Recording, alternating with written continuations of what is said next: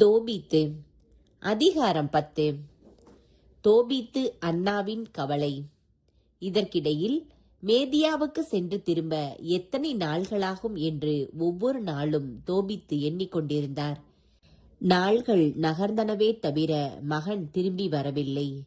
ஒருவேளை அங்கு தாமதமாகிவிட்டதோ, கபேல் இறந்திருப்பாரோ, தோபியாவுக்கு பணம் கொடுக்க யாரும் இல்லையோ என்றெல்லாம் எண்ணி கவலை கொள்ளத் தொடங்கினார்.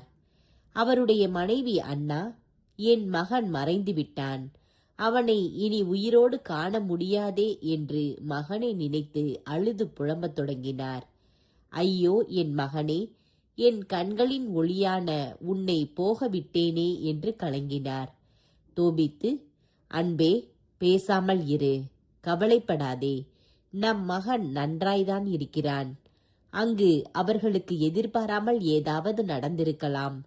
அவனுடன் சென்ற மனிதர் நம்பத்தக்கவர், நம் உறவினர்களுள் ஒருவர்.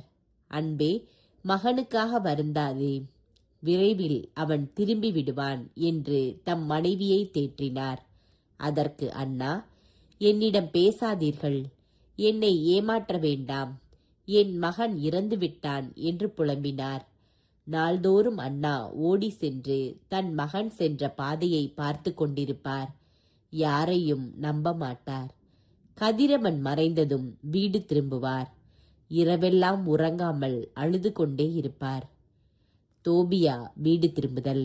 ரகுவேல் தாம் உறுதியிட்டு கூறியிருந்தவாறு தம் மகளுக்காக வழங்கிய 14 நாள் விருந்து நிறைவு பெற்றது. பின் தோபியா அவரிடம் சென்று, என்னை போகவிடுங்கள், என் தந்தையும் தாயும் என்னை மீண்டும் காணலாம் என்னும் நம்பிக்கையை இதற்குள் இழந்திருப்பார்கள் என அறிவேன். இப்பொழுது என் தந்தையிடம் செல்ல விடை அளிக்குமாறு உங்களை வேண்டுகிறேன்.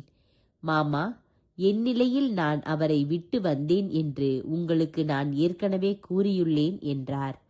ஆனால் ரகுவேல் தோபியாவிடம், தங்கு மருமகனே, என்னுடன் தங்கியிரு, உன்னை பற்றி உன் தந்தை தோபியாத்திடம் தெரிவிக்க நான் தூதர்களை அனுப்புகிறேன் என்றார். அதற்கு அவர், வேண்டவே வேண்டாம், என் தந்தையிடம் செல்ல விடை அளிக்குமாறு உங்களை வேண்டுகிறேன் என்று வலியுறுத்தினார். ரகுவேல் எழுந்து தோபியாவின் மனைவி சாராவையும் தம் உடைமையில் எல்லாம் பாதியையும் ஆண் பெண் பணியாளர்களையும் காளைகள், ஆடுகள், கழுதைகள், ஒட்டகங்கள், துணி, பணம், வீட்டிற்குரிய பொருள்கள் ஆகிய அனைத்தையும் அவரிடம் ஒப்படைத்து பிரியா விடை கூறினார். தோபியாவை கட்டித் தழுவியபடி, மருமகனே, நலமுடன் போய் வா, உன் பயணம் இனிதே அமையட்டும், விண்ணக ஆண்டவர் உனக்கும் உன் மனைவி சாராவுக்கும் வளம் அருள்வாராக, நான் இறக்கும் முன் உங்கள் குழந்தைகளை காண்பேனாக என்றார். பின் தம் மகன் சாராவிடம், மகளே, உன் மாமனாரின் வீட்டிற்கு புறப்பட்டு செல், இன்று முதல் அவர்கள் உன் பெற்றோருக்கு ஒப்பானவர்கள், மன நிறைவோடு போய் வா, என் வாழ்நாள் முழுவதும் உன்னை பற்றி நல்லதே கேட்பேனாக என்று கூறி அவர்களை வழியனுப்பி வைத்தார். எதினா தோபியாவிடம், என் அன்புக்குரிய மருமகனே, ஆண்டவர் உம்மை நலமுற அழைத்து செல்வாராக, நீரும் என் மகள் சாராவும் பெற்றெடுக்கும் குழந்தைகளை நான் இறக்கும் முன் காண்பேனாக. ஆண்டவர் திருமுன் என் மகளை உம்மிடம் ஒப்படைக்கிறேன். உன் வாழ்நாள் முழுவதும் அவள் கண் கலங்காமல் பார்த்து கொள்ளும்.